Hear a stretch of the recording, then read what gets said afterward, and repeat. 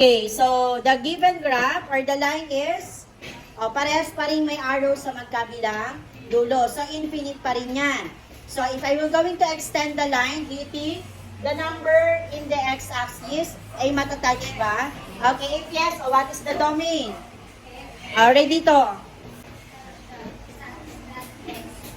Is the set? Okay, so x such that x is the set of all real numbers, or x such that x is the elements of all real numbers. And what is the range? Okay. So, ano yung range natin? Tumama lang po saan? Therefore, the range is what? Okay, negative 2. Yun lang po. Or, y such that y is equal to negative 2. Question. Now, what if the given graph is like this? May isang endpoint at yung isa ay may arrow, meaning infinite. So, kapag ganyan ang given, to find the domain, first, mag-focus muna tayo sa ating endpoint.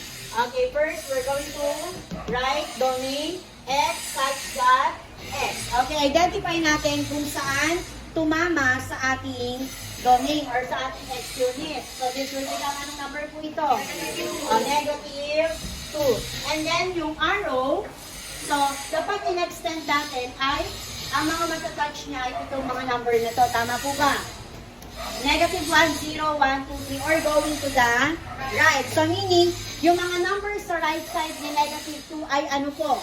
Mas mataas kay negative 2 or mas mababa? Mas mataas. Meaning, sino ang kakainin? Si x, si negative 2.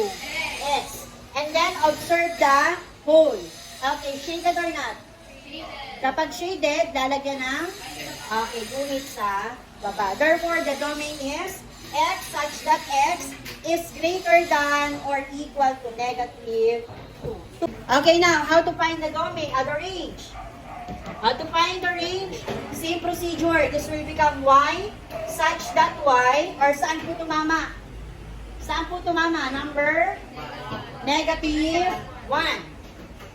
Okay, negative 1. And the direction of the line is going upward. Meaning, yung mga number na to ay mas mataas kay negative 1 or mas mababa? Mas mataas. Meaning, sino kakainin? Si y, si negative 1. Okay, y. Therefore, the symbol is what? Greater than or equal to. Another example is, so example number 3. So, the given graph is like this. So, to find the domain, same procedure, let us analyze first the given graph. Okay, so the given graph is isang may arrow at isang endpoint lang. Meaning, may restriction tayo kung hanggang saan lang yung natamaan ng ating graph. Okay, step 1, or write the domain. So, the domain is x such that x. So, kanino tayo magpo-focus? Doon sa endpoint na binigay. So, alamin natin ano yung number doon sa ating x-axis. So, bilangin po natin. We have 1, 2, 3, 4, 5. So, dahil going to the left, the sign is what? Negative 5. And then, let us analyze the graph. So, since this is negative 5, ang ating graph ay pababa. So, meaning, ang mga tatamaan sa x-axis ay going to the right. Ano yung mga number going to the right? Mas mataas kay negative 5 or mas mababa kay negative 5? Mas mataas. Therefore, the inequality symbol is what? Very good. Greater than. May shade or wala? May gumit o wala? Okay. Therefore, this is the domain. X such that x is greater than negative 5. Do you understand?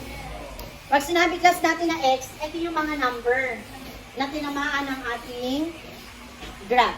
Okay, so next, find the range. Same procedure, y such that y. Focus naman tayo kay range, dun pa rin sa endpoint. So ano kaya yung number dito? Let's count. 1, 2, 3, 4, 5, 6, 7, 8. Okay, so 8. Pataas, positive, negative. Positive 8. Now let us observe the graph. So from here, positive 8. Ang graph ay, ito yung mga tatamaan sa y-axis. Pababa. Therefore, ano yung mga tatamaan? Mas malaki kay 8 or mas malaki si 8? Sino kakainin? Very good. Therefore, this is the symbol. Do you understand? Therefore, the range is y such that y is less than 8. O, another example. Example number 4. So, isang endpoint at isang infinite. Okay, focus tayo dun sa endpoint. Okay, first, write the domain. So, identify the number here. So, this will become, let's count, 1, 2, 3, 4, 5, 6. So, therefore, the domain is x such that x. What is the sign? Positive or negative? Positive 6. Okay, next. So, this is positive 6. The line is decreasing from left to right or papunta saan yung line? Pa-left. So, meaning ito yung mga value ni x natin. Anong mas malaki? Si 6 or si x? Anong kakainin? Okay, therefore, the inequality symbol is less than. Oh, shaded or not? Okay, or equal to. Meaning, si 6 ay kasama sa domain at pababa. Do you understand? Okay, now let us proceed by the range. Okay, sa range naman, itong bibilangin natin.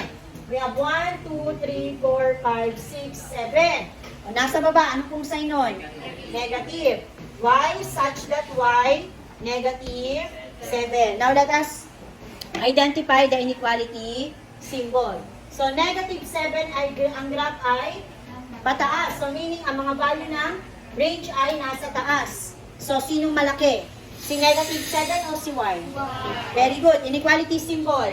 Greater than or equal to. That is the range. Y such that y is greater than or equal to negative 7. Any question?